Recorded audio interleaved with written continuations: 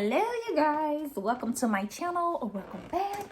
Today is a look at all of the curriculum / resources that we will be using for my oldest, who is going into the 5th grade. So let's see. So for starters, how do I break this up? I'm just gonna go through the stack here. I'll try to keep it organized by subject. Here, let's do this. Okay, so we'll start with language arts. It's the easiest. Okay, so we are keeping along with the Easy Grammar system.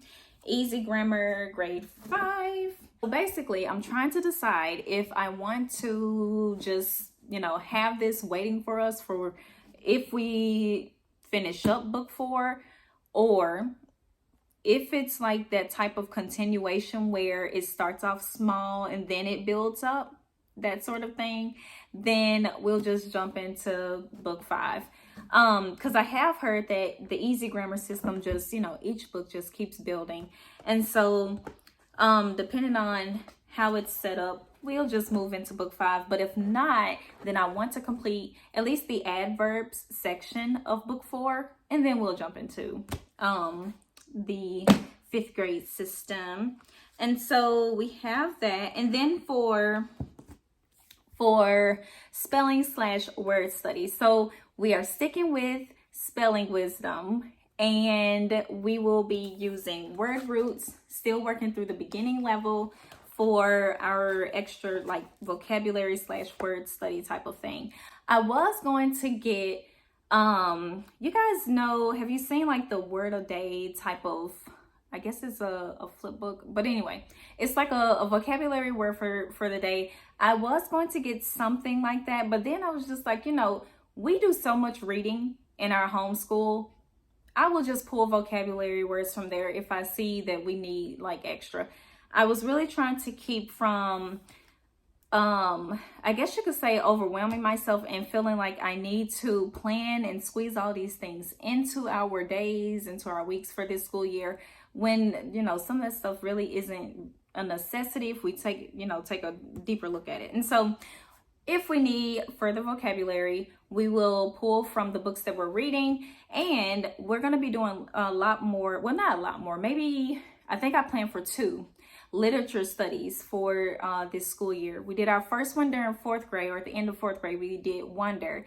And I really liked it because it really kind of gave us something to focus on during the reading, and, helped us to really pull certain themes out and all of that stuff. And so I want us to do at least 2 literature studies.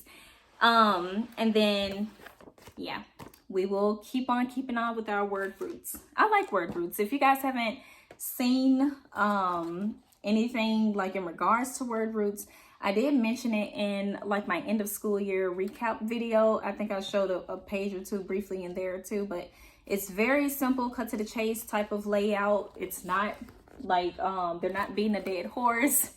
I don't feel like it's like too thorough for his level. It's just, it gives them what they need. And then, okay, so I will skip writing real quick and just tell you about handwriting. So I am not one to use a handwriting curriculum for manuscript, but I will use it for cursive. And so for my oldest, he wants to go ahead and learn how to write in cursive. We already had this, and so I think he'd only completed just a few pages. Let me see. Yeah, about 4 pages when I first broke this out like a year or 2 ago, 3rd grade, I think it was.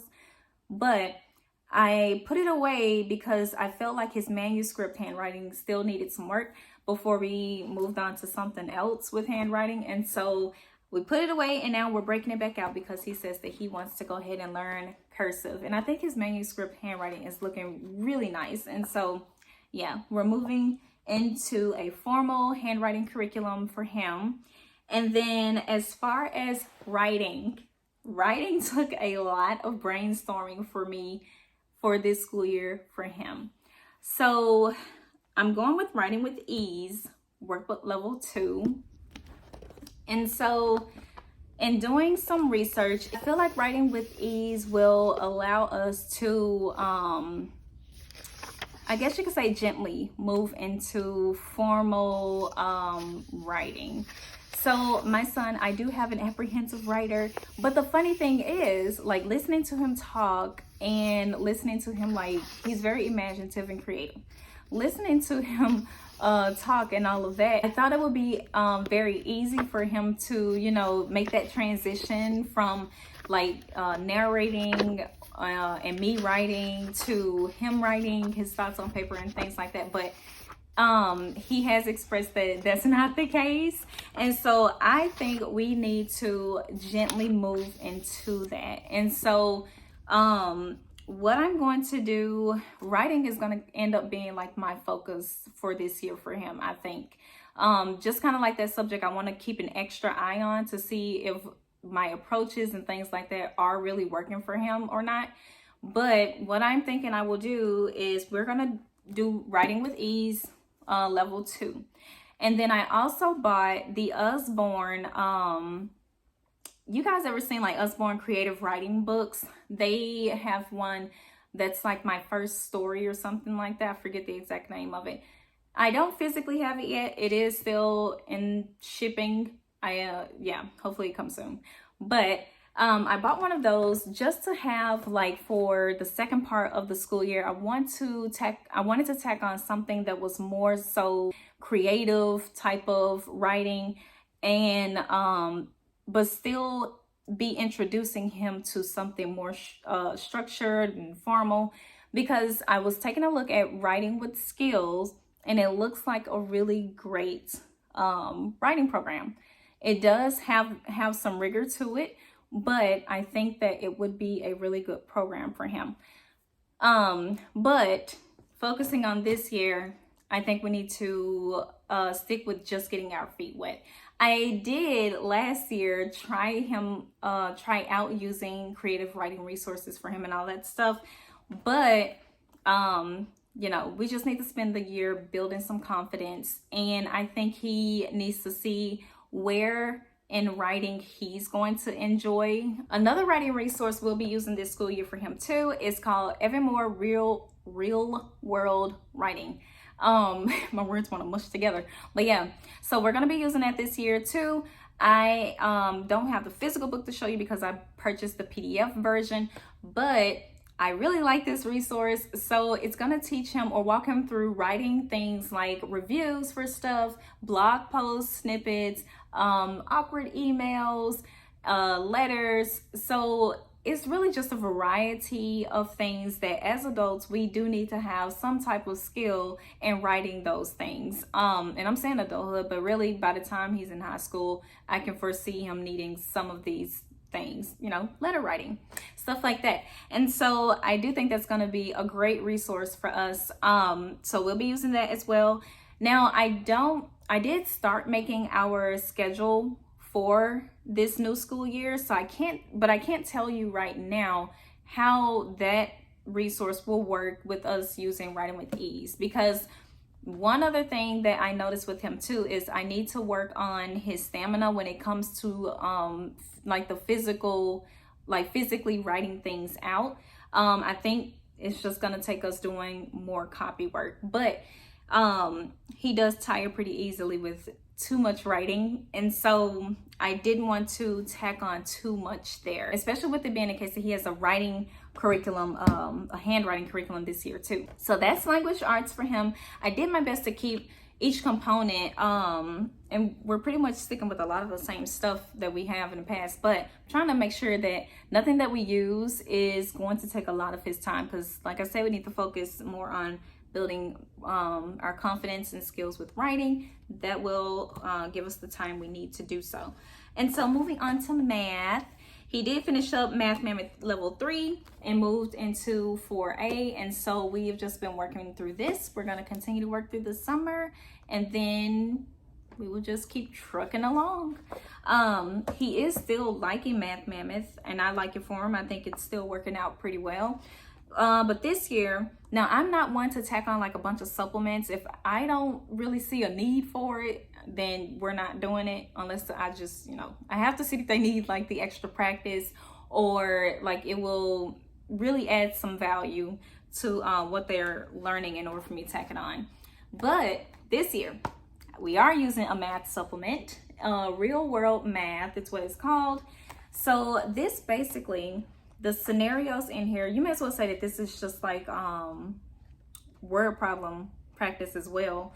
But the scenarios in here are applicable to everyday life.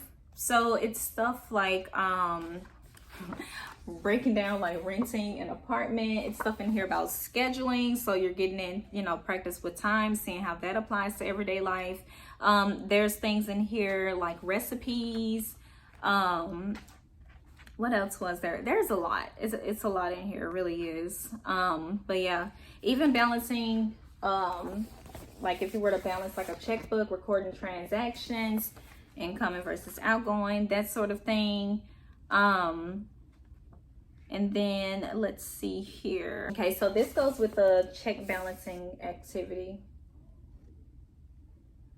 So you see, it really is, you know, real world scenarios, because I don't know about you guys. I know every kid has different personality, but with our kids, I have been able to spot early on that they are not, though they are creative and imaginative, when it comes to like book work type stuff, they don't want busy work, they don't want fluff, and they want to see what the point is. And so I think bringing something like this into this level of math will be really helpful for him, because he'll get to see like, this isn't just, you know, you learning a bunch of math facts. This isn't just you learning how to compute and all that stuff. These things are actually like, you need to know how to apply these skills in everyday life. And so yeah, and then we will keep on with our 100 days of time test. We will probably be moving into the division one this year. I've been really making sure, or trying to really make sure, that he masters multiplication before we move on to division fact memorization. What I was doing is making him a copy of the sheet, and then I give it to him. He does a run through, answers all the questions like no time, and then the next time I give him that same sheet, and then he tries to see how quickly he can answer it. And so that's how we use these. And then for as far as like extracurricular / enrichment type stuff, so he's going to be doing, I found this subscription box called Annie's Club.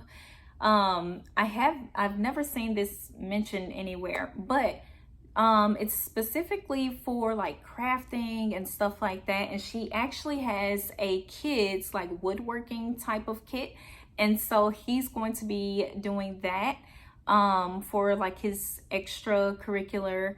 And then piano, we will be picking piano back up again. And so for piano though, I don't think we're gonna go right into Hoffman Academy again. I want to try out Flow Key. We played around with Simply Piano and we all kind of like that one, but I heard Flow Key is like it's comparable to Simply Piano, but it's free. At least most of the components to their setup, it's free. And so I want to try it out, see if it's of value, and depending on how he likes it, we'll stick with that. If he doesn't, then we'll probably put him back with Hoffman Academy. And so yeah, that's what he will be doing for this upcoming school year. That will be 5th grade.